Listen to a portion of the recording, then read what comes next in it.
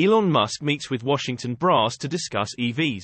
January 29, 2023. Tesla CEO Elon Musk met with senior advisor to President Joe Biden, John Podesta, and senior advisor Mitch Landrieu on Friday in Washington to discuss electric vehicle adoption and progress in the United States. A senior White House spokesperson said Podesta and Landrieu met with Musk to discuss shared goals around electrification and how recently passed legislation like the Inflation Reduction Act and bipartisan infrastructure law can contribute to growing electric vehicle adoption in the United States. The spokesperson also told Reuters that topics of discussion included broadening electric vehicle production, charging infrastructure, and the broader cause of electrification. Interestingly, the White House announced last year that Tesla, the company Musk had led to catalyze the EV movement globally, was planning to manufacture new charging equipment that would enable non-Tesla EV drivers in North America to use Tesla superchargers. Late last week, it was revealed that Tesla was working on a potential design called a Magic Dock that would be utilized to enable non-Tesla EVs to charge using superchargers across the U.S. Tesla's Magic Dock will move supercharger network to all EV compatibility. Tesla has the most expansive EV charging network, with over 40,000 stations globally. However, it is only available to Tesla owners in the United States, and with the company utilizing a pilot program in Europe for the last year and a half, the automaker could be ready to open its charging infrastructure to other companies. Musk did not comment on the meeting when he was spotted afterward. Nor did Landrieu or Podesta. Source: reposted and summarized from Joey Klender at TeslaRT.com. My take: finally Washington is starting to come to the true expert in EVs for advice. Tesla to use 4680 type battery cells in Megapacks. January 29, 2023. Tesla recently announced an intention to use its all-new 4680 type cylindrical battery cells in battery energy storage systems. BESS. Like the Megapack, PowerPack, or maybe even Powerwall. The new type of cell is currently used only in the Tesla Model Y produced in Texas, at least some of them, as the factory also makes cars powered by 2170 type cells. It's an interesting thing, because as far as we know, the current Tesla in-house 4680 cells are based on the NCM 811 cathode chemistry. While in the case of BESS, the company would like to make a transition from NCA-NCM to lithium iron phosphate, LFP battery chemistry. If we understand it correctly, the next generation energy storage systems from Tesla would be LFP, but in a 4680 cell format. Otherwise, if Tesla would stick with the NCA or NCM, then there would be no transition to LFP. The third scenario is a mix of products. 4680 type cells NCA-NCM in some products, and prismatic LFP cells in some products. The news was shared by the way of the announcement of the new $3.6 billion investment at the Tesla Giga Nevada, which will bring 100 gigawatt-hour battery cell production 4680 type to the factory. The plant already produces 37+ gigawatt-hour of 2170 type cells annually in partnership with Panasonic. Tesla Giga Nevada. Expansion plans. Tesla Giga Texas. 4680 type battery cell production. Tesla Q4 2022 report. 100 gigawatt-hour is a massive amount of batteries. Tesla estimates that it's enough for 1.5 million light-duty vehicles. On the other hand, if the company plans to produce up to 50,000 Tesla Semi per year at some point in the future, and one truck requires up to 901,000 kilowatt-hours of batteries in the 500-mile range version, then we are talking about 50 gigawatt-hour year for the Semi alone. The remaining 50 gigawatt-hour year might be used for local production of battery energy storage systems. Tesla will also require 40 gigawatt-hour of batteries for its new Megapack factory in Lathrop, California. In the long term, the Giga Nevada plant might produce up to 500 gigawatt-hour of 4680 type battery cells. It would require further investments, while the company would be at 1000 gigawatt-hour year globally. Tesla's CEO Elon Musk hints that maybe it will even reach 2000-3000 gigawatt-hour year annually someday, excluding external suppliers. Tesla Giga Nevada Phase 2 investment. $3.6 billion.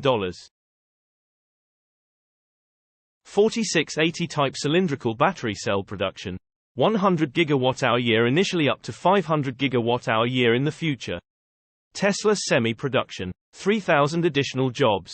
The plant is already producing 2,170 type cylindrical battery cells, in partnership with Panasonic at around 37 plus gigawatt-hour-year. Battery modules and packs, energy storage products, and drive units, power electronics. So far, the plant produced 7.3 billion battery cells, 1.5 million EV battery packs, 3.6 million drive units, and 1 million energy storage modules. 14 plus gigawatt-hour. Tesla Giga Nevada Phase 1 investment, $6.2 billion. 5.4 million square feet facility. 11,000 employees. Source: reposted and summarized from Mark Kane at InsideEVS.com. My take: it looks like Elon will be using the 4680s everywhere. YouTuber buys 4 flood-damaged Teslas. Sight unseen. Sparks start flying. January 29, 2023. Buying a second-hand car is always a gamble, even when you get the chance to thoroughly inspect it at a garage or with a mechanic friend. You don't know what you're getting because you don't know exactly how the car was maintained and repaired before you bought it. So you bite the bullet and hope for the best. Well, YouTuber B is for Build went a step further and bought not one, but 4 flood-damaged Teslas without having any idea about what was wrong with them and without even seeing them in person. The YouTube channel is known in the car community for creating some outlandish projects, such as an LS-swapped Lamborghini and a single-seater racing car designed from the ground up. And it was just a matter of time until the channel featured some electric vehicles. Chris Steinbacher, who runs the channel, says in the video embedded above that he got some of the damaged Teslas to source parts from them, like the batteries and motors, for some later electrically powered projects. He got 3 Model SS in various degrees of neglect and damage, and a working Model 3 Performance, although this one has its faults too, as you'll see in the video. The problem is, once Chris tries to power up the 12-volt system of one of the cars, something goes wrong and sparks start flying, along with a deep smell of sulfur. This might be because the man in charge of the jump start momentarily put the jump leads the wrong way, which might have shorted the low voltage system. In any case, it's an interesting lineup of damaged Teslas, and although we don't know yet what the parts coming off them will be used for, we can assume it will be for something that will be enjoyed by both the EV community and the fans of the internal combustion engine.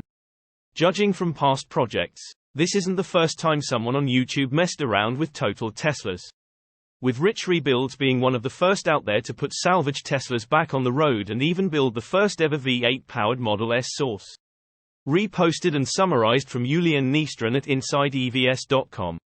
My take: I cannot wait to see what he does with them. I will be subscribing to his channel for sure. Tesla shareholder sells home to load up on stock and it's already paying off. January 29, 2023. Tesla shareholders are a rare breed, sometimes putting almost everything, and we mean everything, on the line in hopes of striking it big and making major waves in their own portfolios. Jason DeBolt is one of those shareholders. DeBolt, a shareholder since March 26, 2013, sold his home and bought around 10,000 shares. The additional 10,000 shares supplemented the 38,000 he already owned. He began buying the 10,000 additional shares slowly over the last several weeks on margin, or using a loan from a brokerage to buy more shares, in the $128 to $139 range before the company's most recent earnings call. As of Thursday, he was up $250,000 on his most recent investment using funds from the sale of his home. Closed out margin today with house proceeds. Have cash. Feeling good. He tweeted, "Sold my house and bought around 10,000 Tesla shares. Own 48,000 shares now. Purchased all shares slowly over last few weeks before earnings on margin in $128 to $139 range. Up $250,000 on these shares already. Closed out margin today with house proceeds. Have cash. Feeling good." Jason DeBolt at Jason DeBolt, January 26, 2023. In an exclusive interview with Tesla RT, DeBolt shared his inspiration for the bold move. He noted that Tesla's attractive stock price was what inspired him. Mainly, the attractive Tesla stock price is what drove me. DeBolt detailed, "It was just too cheap to ignore. Tesla's stock price had dropped 76% from an all-time high of $415 to $101 in a little over a year. During this period, Tesla grew revenue by 51%, doubled its net income, rolled out FSD to tens of thousands of people, and began ramping up Megapack production at Lathrop. The developments Tesla made over the past year were too good to ignore for Diebold. Even as some speculated that CEO Elon Musk's acquisition of Twitter had caused the spiraling of the stock price. Many Tesla investors blamed Elon's behavior for having a role in the drop. But I was trying to find a way to get cash to buy more shares. Selling my house was the obvious answer. Diebold said, I didn't wait to receive the proceeds from my house sale and used a margin loan to accumulate 9,500 Tesla shares before earnings, resulting in a $400,000 gain 2 days after Tesla earnings on those shares alone. I currently hold 48,000 Tesla shares. His investments enabled him to retire from his day job as a software engineer on January 7, 2021, at the age of 39. Diebold's journey with Tesla shares began long before that. Diebold has supported Tesla since he saw the Roadster in 2009 and the early Model S prototype at the San Mateo Maker Faire. I ordered a Model S in 2011 and took delivery in 2013. I purchased thousands of shares for about $2 a share after seeing the Fremont factory and driving my Model S for the first time.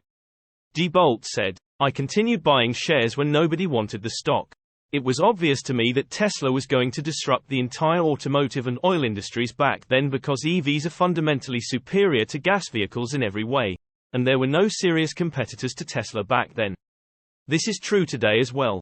After selling his home, Diebold rented a new place near the beach in Los Angeles, California. Today I'm retiring from the corporate world at age 39, not selling any shares for the foreseeable future.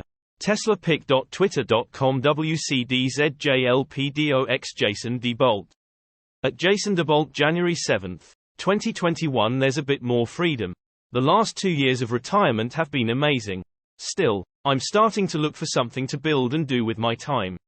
So I'm exploring areas such as machine learning, finance, and philosophy in addition to my ongoing Tesla research. My life is pretty dope. And I'm doing exactly what I want to be doing. I try to stay physically fit. I'm quite fortunate. Source: reposted and summarized from John Akrider at TeslaRT.com. My take: that is some pretty great timing on his part. Tesla stock to the moon.